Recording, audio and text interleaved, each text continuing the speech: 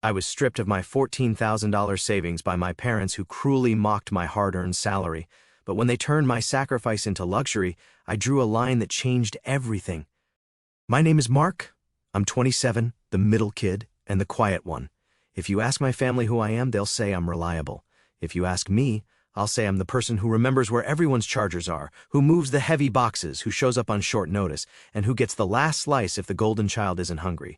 I work help desk at a logistics company. I like simple things: night bus rides with headphones, instant noodles at 1 a.m. and spreadsheets that balance. I fix other people's problems at work and, apparently, at home too. It's my skill and my curse. My sister, Anna, is 2 years younger. Our mom calls her our star. Growing up, Anna got the studio lights, the recital videos, and the framed certificates in the living room. I got a medal once for a city math contest. Mom said, "That's nice," and used the ribbon to tie a gift for Anna's birthday. Dad still laughs about that story. It's not a funny one to me. When we were kids, I learned to duck, not from fists, but from words. My family doesn't hit, they ask. Mark, can you be useful and walk the dog? Mark, you don't mind if Anna borrows your jacket, right? Mark, you're good with passwords. What's the Wi-Fi again? It was always small stuff, nothing worth a fight, a slice here, a sip there. If you don't notice, no problem. If you do notice, you're making it weird.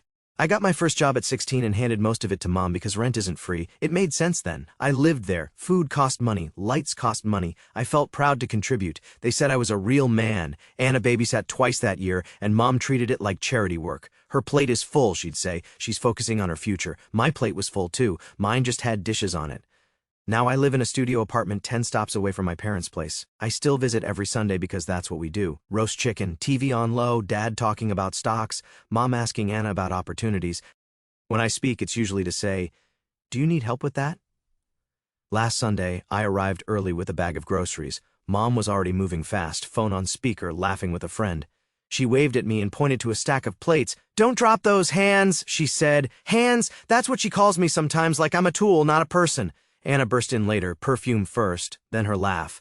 Dad yelled from the couch, "There's our success story." He didn't look up from the sports. I set the table. The table has a scratch on the left edge from when I was 9 and did my homework too hard. Mom says it was an accident, but the story is always told as if I'm clumsy by nature. It's small, but it's permanent, like a name carved in a tree. Dinner went the usual way. Dad passed chicken to Anna first. Mom asked how her week was. Anna talked about a networking brunch and a casting thing that might be huge. I listened. I always listen. Then Mom turned to me with that soft, careful voice she uses right before she asks for something. "Mark, you'll like this," she said. "We were just saying you should try a little more. Dress nicer. Speak up. Show people what you can do." Dad snorted. "Stop hiding, son. That's our advice. Stop hiding." Anna tilted her head and gave me the smile you give a stray dog to make it not bite. "Yeah, Mark, be confident. Like, don't be so background. Background." I swallowed it. My fork made a small click against the plate. I could feel the old scratch under my fingers. I smiled back because that's my default. "Sure," I said. "I'll try." Mom nodded, pleased. "Good. And don't worry, we'll help you. We have plans." "Plans?" I asked, light tone neutral. She reached across the table and patted my hand like I was a child coloring inside the lines. "You'll see," she said. "You'll finally learn how to show off a little. It's time." It sounded harmless. It always does at first. I've been the family fixer for so long, it's muscle memory. In high school, when Dad forgot to pay the internet bill, I talked to customer service for an hour and got the late fee waived. When Mom's phone ran out of storage the day of Anna's performance, I cleared files and moved photos to a drive so our star could be filmed. When the car battery died, I was the jumper cable guy. When the TV remote vanished, I found it under a cushion Anna swore she never sat on. Money started small, bus passes, then groceries. "We'll pay you back," Mom said. "Keep the receipts." I kept them in a Ziploc bag. It filled, turned into a shoebox, then a drawer. If I asked about it, Mom said, "Why are you counting? That's not family." Dad said, "Don't nickel and dime your own mother." So I stopped asking. My first real job was nights at a warehouse, then help desk during the day. I paid rent to Mom and Dad long after I moved out because family house, family help. Anna paid what she could, which often meant zero. She had opportunities which took time and investments which needed seed money, my money. Dad has a line he loves: "We're a unit." He says it right before he divides everything into hours and marks. "Hey, can you spot us for the electricity? Just this month. Hey, your sister's agent fee is due. It's a good one this time. Hey, we were thinking of taking a small trip for our anniversary." Nothing crazy, $300 here, $500 there. My raise became invisible the moment it hit my account. I told myself it was temporary. When Anna's big break came, they'd pay me back. When Dad's side hustle kicked in, he'd make me whole. It always rode on a next week that never showed. The humiliations were quiet and steady. At my birthday dinner 2 years ago, Mom made a joke in front of her friends. "We don't need a savings account. We have Mark." Everyone laughed. I laughed too. It sounded like a compliment if you didn't look at the numbers. When I got sick last winter, just the flu, I missed 3 days of work. Mom called on day 2 to ask if I could drive Anna to a photo shoot. I said I had a fever. "Put on a mask," she said. "You're young. Your sister's doing something important. Like what I do isn't." I said, heat rising, even without the fever. She sighed that long, put upon sigh. "Don't make this about you." I drove Anna anyway, and she asked if she could use my card for gas. "I'll transfer you," she said, opening her phone like the promise lived there. It didn't land. Over time, my phone became a ledger of unpaid promises. 63, "I'll pay you Friday" texts. 19, "Can you do me a quick favor?" calls. 0 transfers that matched the words. Here's where it got complicated. 2 months ago, a coworker named Lena told me she needed surgery. Insurance covered a chunk, not all. The floor started a fundraiser. I put the link out, collected through the platform, and because of the way payouts worked, the money landed in my account first. I volunteered to coordinate because I'm the person who keeps spreadsheets. We raised $14,000 in 3 weeks. Every $5 note had a name. I kept a separate tab: time, amount, username. I felt protective over it, like it belonged to a kid. On a Friday, the platform sent the payout and I saw the balance, $14,000. My plan was simple: transfer it to Lena on Monday, right after the funds settled in my bank and the fraud hold lifted. I took screenshots, set alarms, triple-checked the routing number. I slept better that night than I had in months.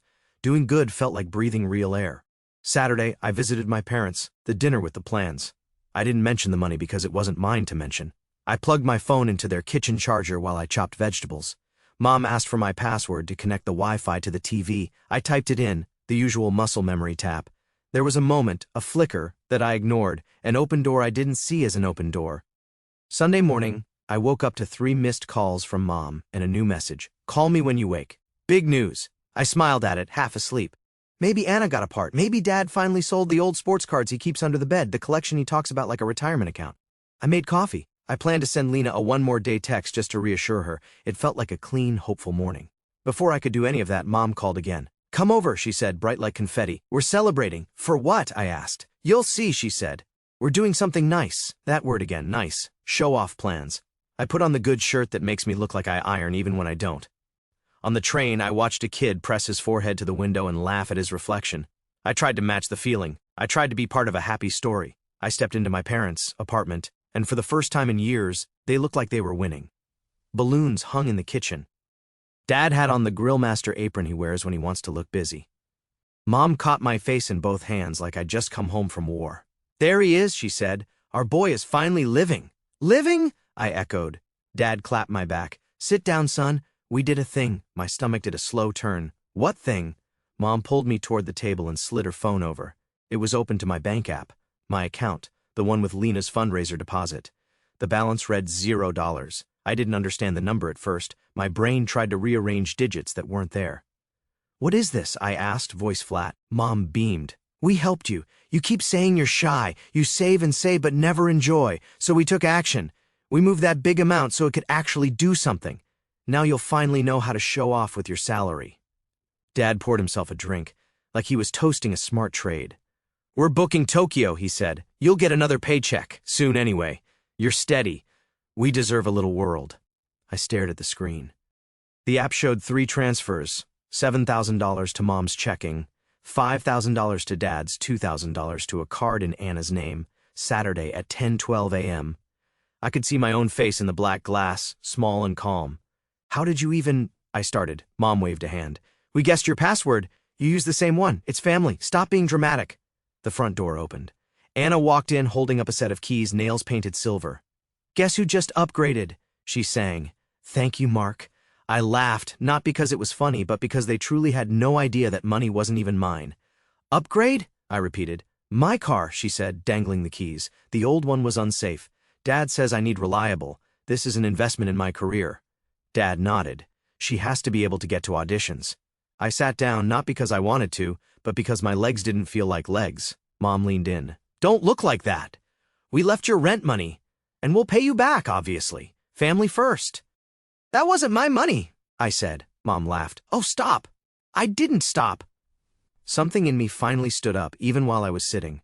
It wasn't my money, I repeated. It belonged to Lena. She needs surgery. People donated. I was holding it until Monday. Silence hit the room like a dropped plate. Dad blinked slowly. Don't be ridiculous. Why would other people's money be in your account? Because I'm coordinating the fundraiser, I said. It's all tracked. Names, amounts. I have to pay her Monday. Anna lowered the keys an inch. Weight. Mom's face hardened. Well, you should have told us, or not guessed my password, I said. Dad straightened, voice moving from soft to steel. Don't accuse your mother. We're trying to help you be less closed. You're making this more than it is. It is more, I said. It's theft. Anna flinched at the word. Okay, let's not throw around crimes. You moved $14,000, I said, to book a vacation and buy a car with a password you had no right to use, for money that isn't ours. Mom put her palms on the table, fingers spread. You always make things so heavy. We will pay it back. Your next paycheck. No, I said. Dad's eyes narrowed. Excuse me? No, I repeated. My voice didn't rise. It was steady, like reading instructions. This isn't happening. You're going to reverse the transfers now, today. Call the bank, call the dealership, whatever it takes. Mom's mouth opened and closed. You don't talk to me like that. I'm not talking at you, I said. I'm stating what's going to happen. We're going to put the money back. Dad stood. You think you can order us? After everything we've done? You mean after everything I've done? I said. I've paid your bills for years. I've driven your daughter to jobs when I was sick. I've been your safety net. I'm done being a net. Anna's voice was small. I already signed. So call and unsign, I said, or get a different car or Uber. I don't care, but the money goes back. Mom grabbed my wrist. Mark, breathe. Don't throw away your family over a misunderstanding. This isn't about revenge, I said, and I felt each word land like a clean step on solid ground. This is about closure, about boundaries, about doing the right thing before it gets worse. Dad scoffed. Worse? You wouldn't dare get the police involved. I don't want to, I said. I want you to fix it because it's the decent thing. I want to keep this inside these walls, but if it's not back by tonight, I'm reporting fraud. I have the screenshots, the timestamps, the login location. I'll also tell Lena and the donors exactly what happened, and I'll own my part. I will not lie for you. Anna sank into a chair, keys now quiet on the table.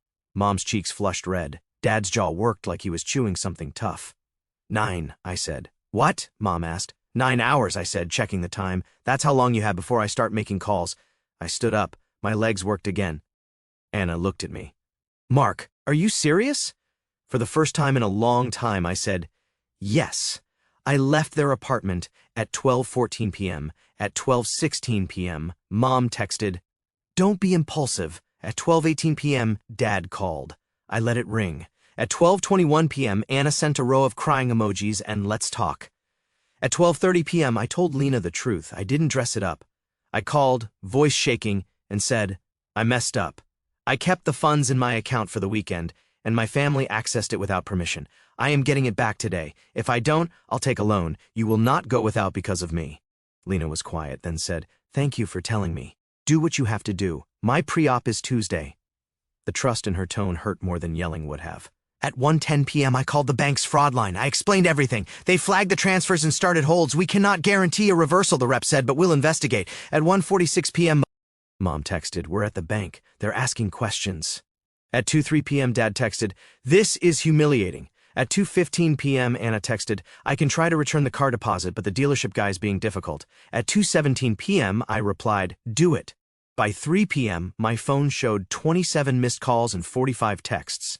It kept going, 62 messages by 5 p.m. People think the sound is the hard part. It's not. It's the small gray preview on the lock screen. You're overreacting. We have needs too. We said we'll pay it back. Every sentence tried to shrink the problem. None of them said, we're sorry. I made a list on a sticky note. Bank case number 4837 opened, Lena informed. Deadline 9 p.m. Backup plan. Credit union loan. Paycheck advance. Sell laptop. At 5:30 p.m., I moved the $600 from my rent envelope to a new envelope labeled Lena. It felt like moving water from one cup to another in a house on fire. Still, it was something I could control. At 6:22 p.m., Anna called again. I answered. I talked to the dealership, she said, voice small. They'll refund if I cancel today. Dad's mad. Cancel, I said. She hesitated. He says you'll forgive us like you always do. I'm not angry, I said. I'm making a boundary. She snorted. Same thing. It's not, I said. Anger wants to hit. Boundaries want to protect. Silence. Then, I'm sorry, she whispered. I didn't think. I know, I said. Start thinking.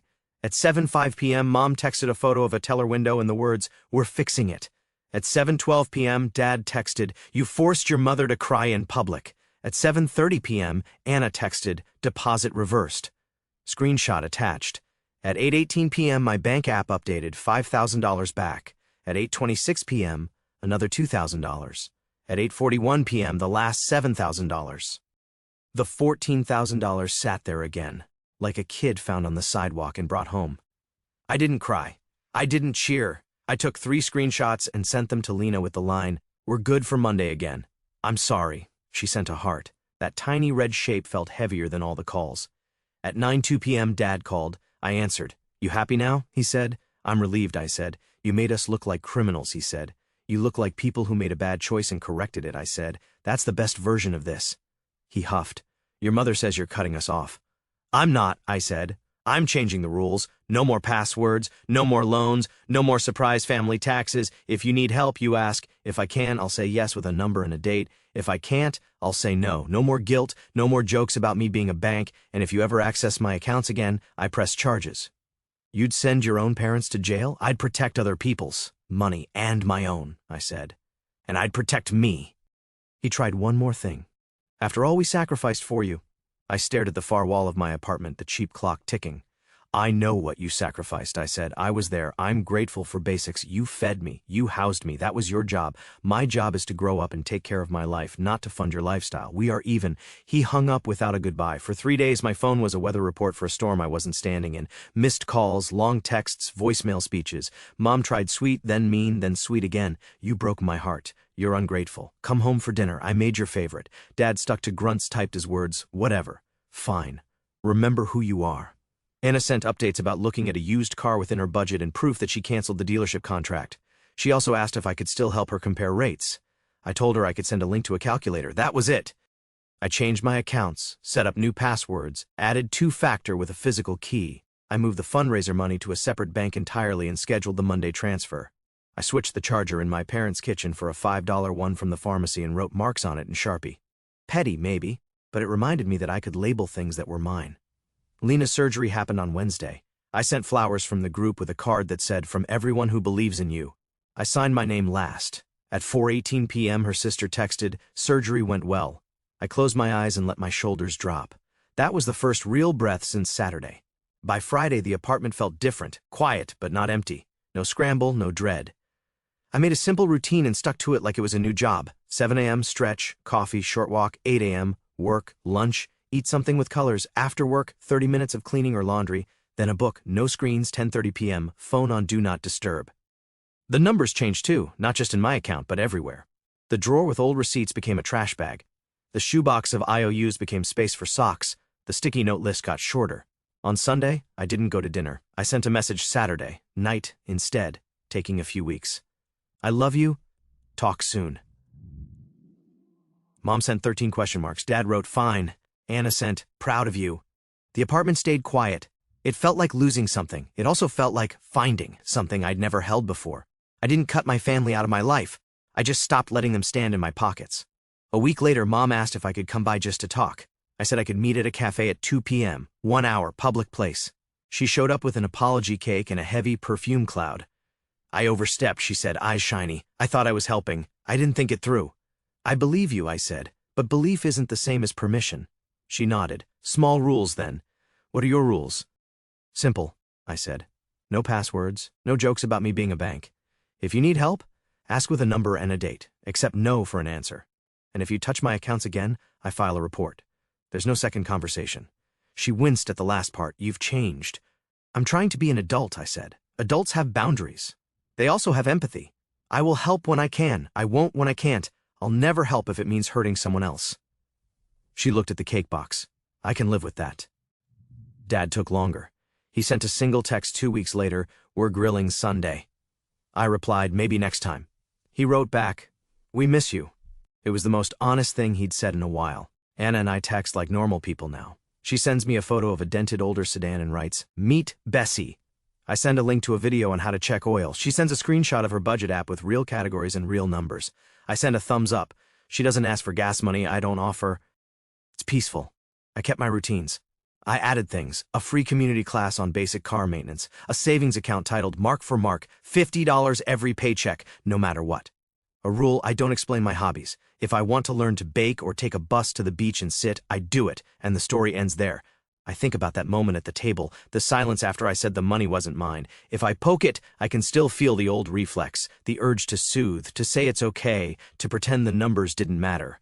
I let the urge pass. I remember the donors, the list of names, the way $5 stacked up next to $25 and became hope. I remember Lena's sister's text. I remember my own breath after. People love to say family is everything. I agree, family is also people. People need rules. Love without boundaries is just noise. So here's my final note to myself and to anyone who needs a stranger's permission to do the thing that looks like betrayal but is actually repair. I won't be the background anymore. I won't be a wallet with legs. I won't trade peace for approval. I can love you and say no. I can help you and still keep what's mine. If you call me selfish for that, fine. I've been called worse things for trying to be good. This isn't about revenge, it never was. It's about closure, the kind that lets everyone grow up. And if anyone asks how to show off with a salary, I'll tell them the truth. The best flex is a boundary.